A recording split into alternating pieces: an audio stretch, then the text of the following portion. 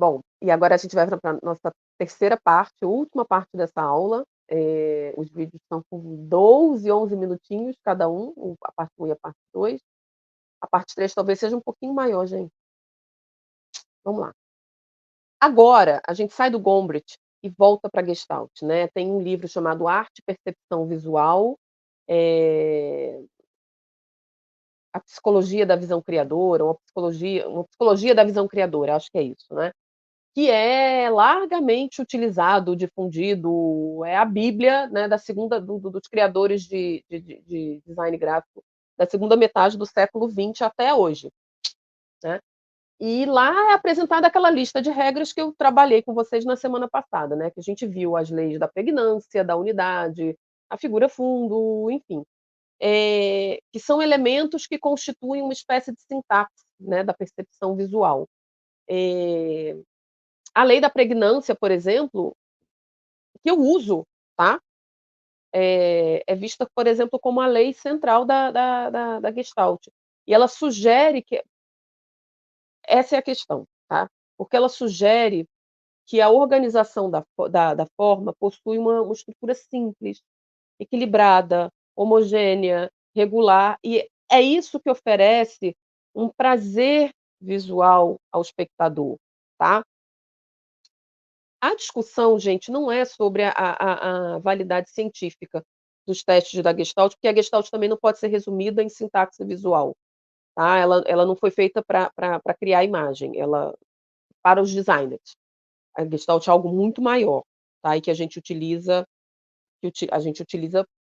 coisas dela, da teoria. Bom, e aí numa revisão desse pensamento, o que a gente questiona é o argumento de que, subjetivamente, naturalmente, não se sabe explicar por quê, todas as pessoas em diferentes espaços do globo terrestre tenderiam a sentir prazer visual da mesma maneira, né, com o mesmo tipo de organização de imagem, tá.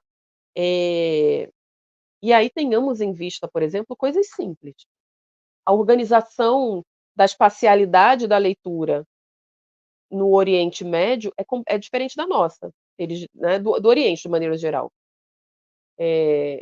A gente lê da esquerda para a direita, eles leem da esquerda para a direita. Então, uma série de coisas que a gente usa da proporção áurea, por exemplo, da esquerda alta para a direita baixa, da esquerda baixa para a direita alta, enfim.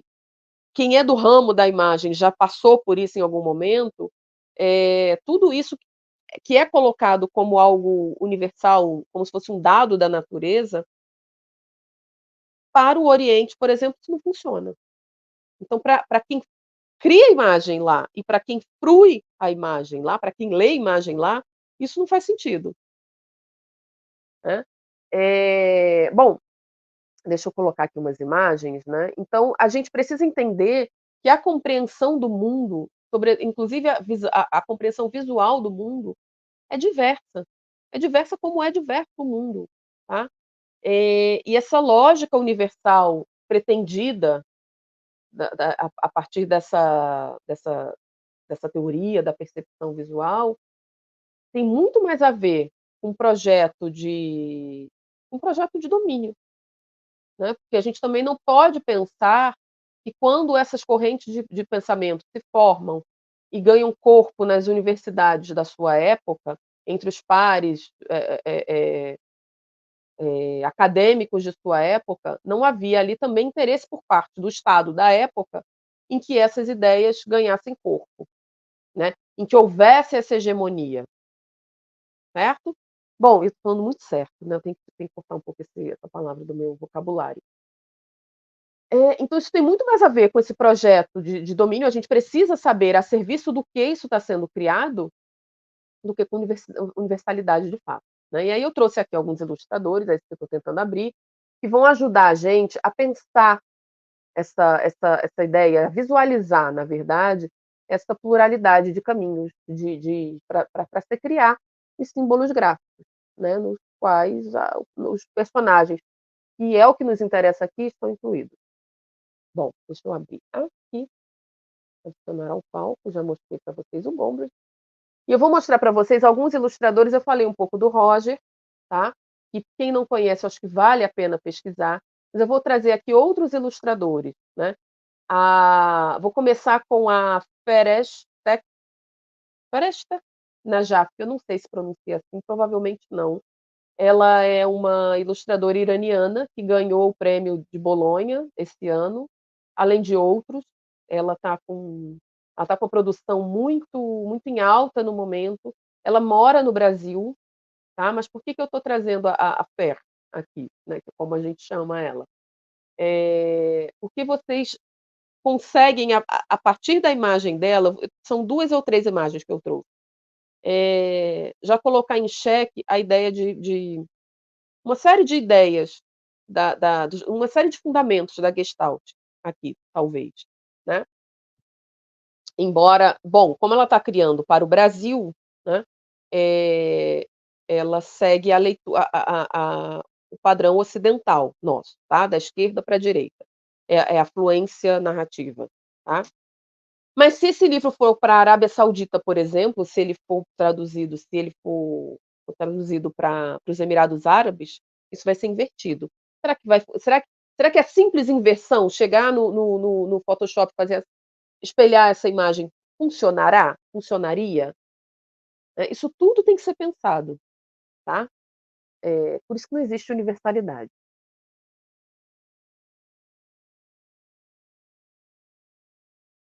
Essa ideia de quanto melhor você vê e representa a natureza, será que se aplica nesse caso?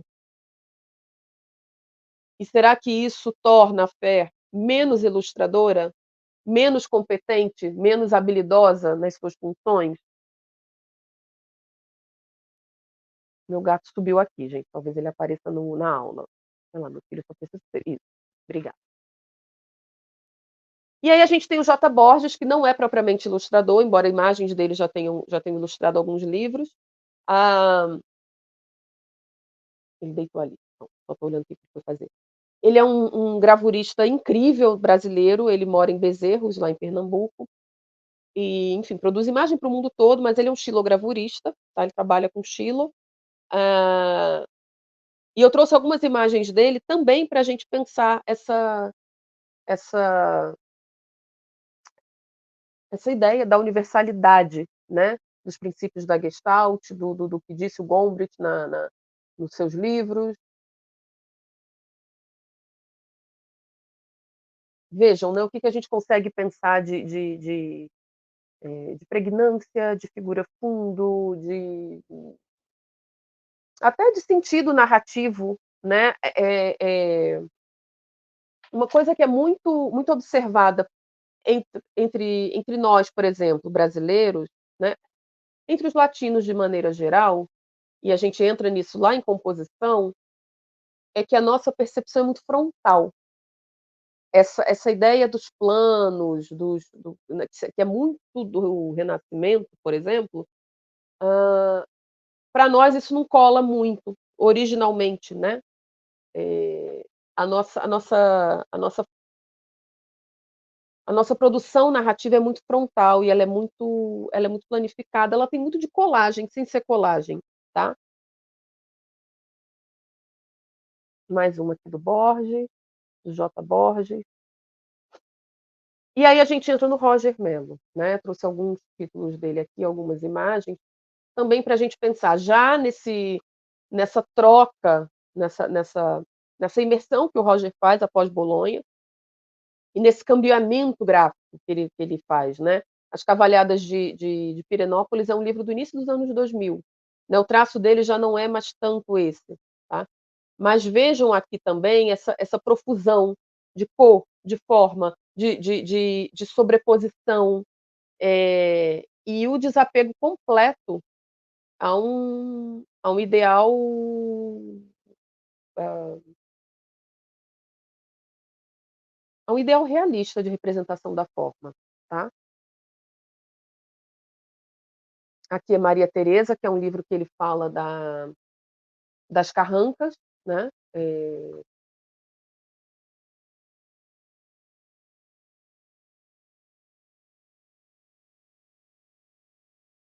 e aqui é Meninos do Mangue.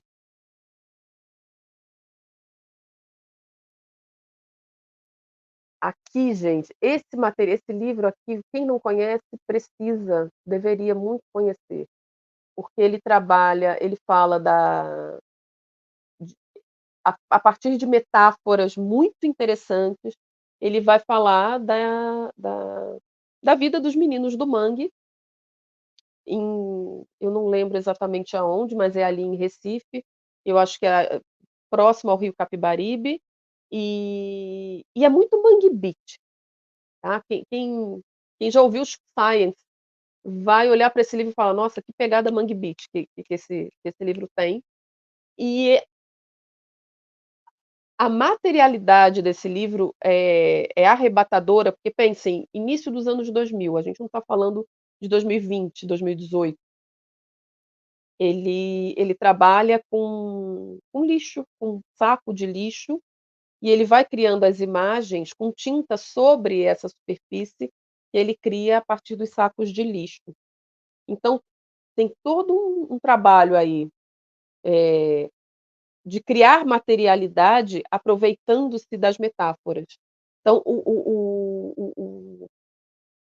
o texto e as imagens se abraçam de tal maneira que é uma explosão. E isso na época causou um burburinho danado, não à toa, né, eu acho que até hoje esse livro arrebata.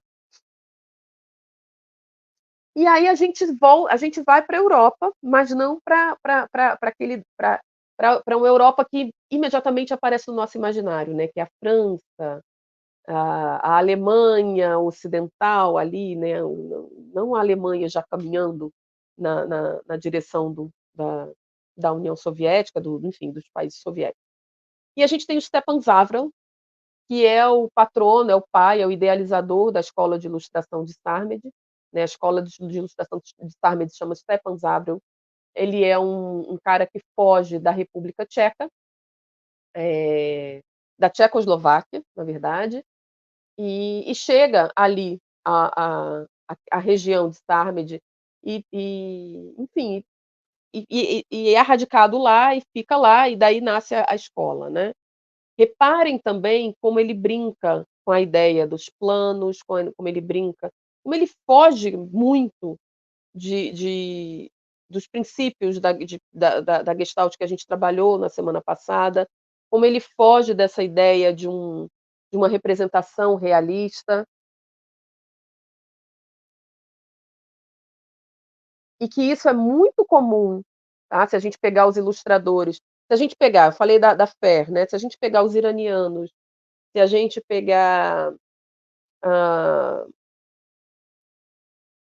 a galera do leste europeu, se a gente pegar os latinos aqui, o Di Pacio, e outros tantos, a gente vai ver essa subversão da forma, que diz muito sobre nós.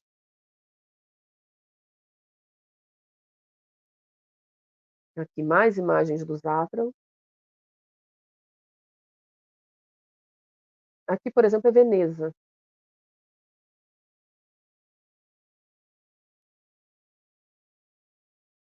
mais Zafra. E é interessante porque ele brinca, ele trabalha com os aguados, né, ele trabalha com aquarela, ele trabalha com os aguados em guache, em acrílica, ele trabalha com veladuras, que são técnicas muito pictóricas que a gente traz de um academicismo ocidental, tá. Mas olhem como a forma é subvertida. Olhem como essa ideia da simplificação da forma para garantir força ao personagem, como tudo isso pode ser relativizado. Pode ser utilizado como potência, mas também pode ser relativizado, não é uma verdade universal absoluta, tá. Deixa eu voltar lá, que é tão lindo. Bom, e aí gente, eu quero ainda mostrar alguns livros aqui, de uma produção mais atual, tá. E aí o conceito proposto na Gestalt reduz o modo como o ser humano vai perceber visualmente o mundo, num sistema de de de regras, né, como se fosse algo isolado do seu contexto histórico e social, já falei disso, né, uma teoria da percepção visual cunhada a partir de um modelo formal, atribui valor como prazer, como beleza, somente a percepções condizentes a esse modelo, né. Então não é raro, por exemplo, e eu cheguei a ter aula com determinados professores que que que que não compreendem o nosso modo de criação de imagem, por exemplo. Eu acho que isso até já está, espero que esteja caindo em desuso, né, tem tempo que eu não vou à Sarmed, eh, mas eles pegam aquilo que a gente tem de arcabouço, cultural e tentam a todo custo formatar nessas caixas, eh, da Gestalt, do Gombrich, de um certo ideal, de uma certa escola de criação imagética, como se essa fosse a única possibilidade, e que nós precisaríamos pegar e evoluir a nossa criação da imagem, ao e a única maneira de fazer isso seria nos encaixarmos nesse padrão, tá. Eh, Pra ser bem justa, o único professor que eu tive lá, aliás, os únicos professores que eu tive lá e que me tiraram disso, me salvaram disso, foram um croata, né, eh, e uma alemã. Uma alemã que não é de Berlim. Eu não lembro de onde a Linda Wolfsgruber é, mas eles também já têm um outro modo de pensar a imagem, né, mas todos os demais partem dessa ideia de serem os umbigos do mundo, de serem o centro do mundo, e que cabe a todo o restante se encaixar aos padrões deles, né.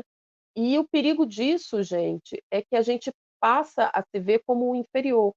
Como incivilizado, como menor, né, tudo que escapa dessa lógica, desse ideal, acaba se sentindo inferiorizado e acaba sendo inferiorizado, né.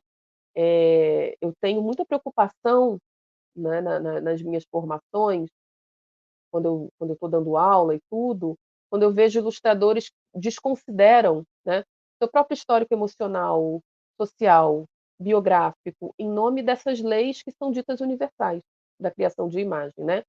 Então, diante desses ilustradores que eu estou mostrando aqui para vocês, eu vou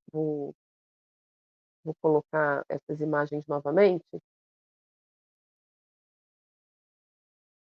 né. Então, diante desses ilustradores que eu estou mostrando aqui, o que eu quero mesmo é provocar a criação, mas também provocar em vocês a capacidade de análise, né. Vocês já pararam para pensar por que vocês gostam das imagens que vocês gostam, né? Eh, Quais são os referenciais de vocês quando vocês pensam em imagem, né, já pararam para pensar por que as nossas ilustrações são tão difíceis de serem publicadas na Europa? Isso até está mudando, mas a gente ainda é publicado na Europa como no campo do exótico, no campo do muito colorido, do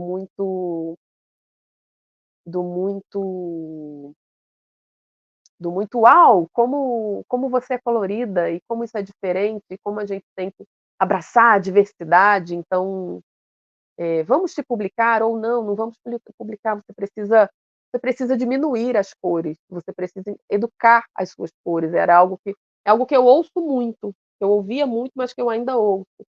Eu ouço quando vejo pessoas que vão e voltam dessa experiência em Bolonha, né, aproveitando que acabou de ter a feira de Bolonha, eh é sempre uma grande questão para a gente, né, não é difícil a gente primeiro, não ter livros nossos levados para fora.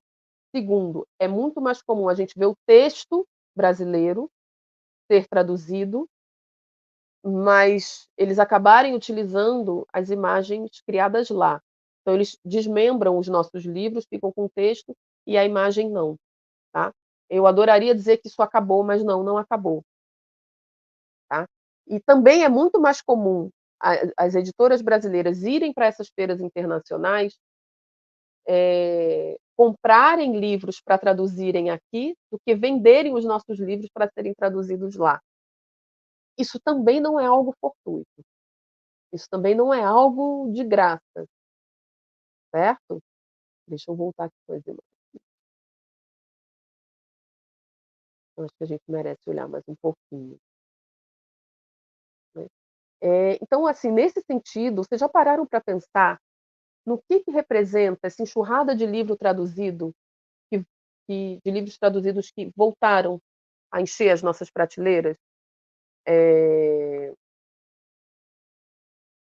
a gente tem uma a gente vinha de uma produção gráfica muito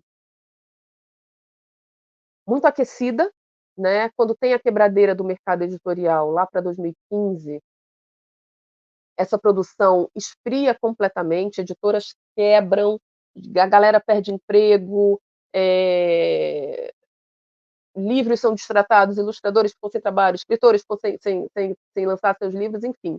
Essa quebradeira toda trouxe de volta a ideia de que é verdade, infelizmente, de que livros é muito mais barato trazer livro de lá de fora, traduzido para nós, do que produzir aqui. A nossa produção é muito cara.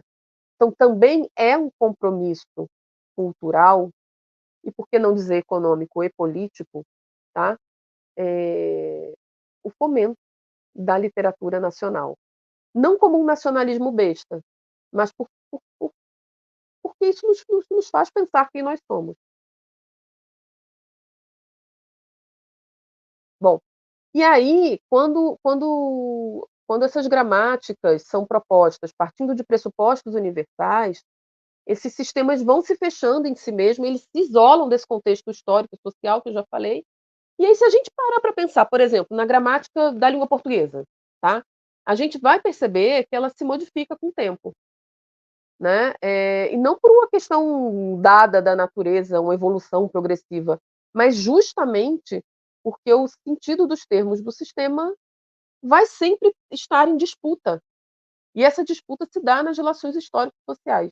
E é nesse sentido que os significados são atribuídos arbitrariamente, né. Então, nessa perspectiva, um termo nunca vai possuir caráter absoluto, neutro, natural, em nenhum lugar de sacralidade, eterna, né. Vai ser sempre algo arbitrário no sistema onde ele está inserido. Então, para a gente fechar, é claro que conhecer essas teorias, utilizar essas teorias, é útil na nossa criação, tá. Eu tiro partido da figura fundo, dos contrastes, da pregnância o tempo todo. Tá? Até porque eu tenho um pé muito forte ainda numa literopedagogia, num caráter escolar que faz parte do meu contexto formativo, né. Preciso que a gente pense nisso com crítica e tendo em vista que a narrativa que se quer criar, ela precisa ser pensada criticamente, né. Por que a gente quer criar essa narrativa? A serviço do quê? Então, para isso, gente, não tem outro caminho, senão olhar para dentro da gente. Sabe, se autoconhecer cada vez mais, saber da onde a gente vem, para onde a gente quer ir, o que é importante no nosso percurso narrativo. Por isso que eu insisto tanto lá no início do curso, nos diários de criação, no pensar as nossas referências, naquelas perguntas que eu fiz numa espécie de questionário. Tudo aquilo, gente, ajuda para a gente não ficar refém, para a gente não ser o inocente útil que fica reproduzindo pseudo-verdades universais no nosso trabalho, tá. E é isso. Bom, e aí, essa semana a gente tem o nosso encontro ao vivo, em seguida a gente tem a nossa mentoria coletiva para quem quiser ficar, tá, para quem puder, quiser ficar, certo. Levem as atividades da semana passada, né, das semanas passadas, na verdade, os rostos, as texturas, aquelas figuras que a gente fez, no nosso último encontro ao vivo, tá, que a gente vai seguir nessa quarta-feira com um estudo prático de personagem. Tá? As aulas gravadas, elas são um aporte teórico, Nas quartas-feiras a gente pega tudo isso e tenta, eh, digerir de maneira prática, tá bom? Então levem os materiais, certo? E a gente se encontra na quarta-feira. Um beijo bem grande para vocês, ó. Tchau, tchau.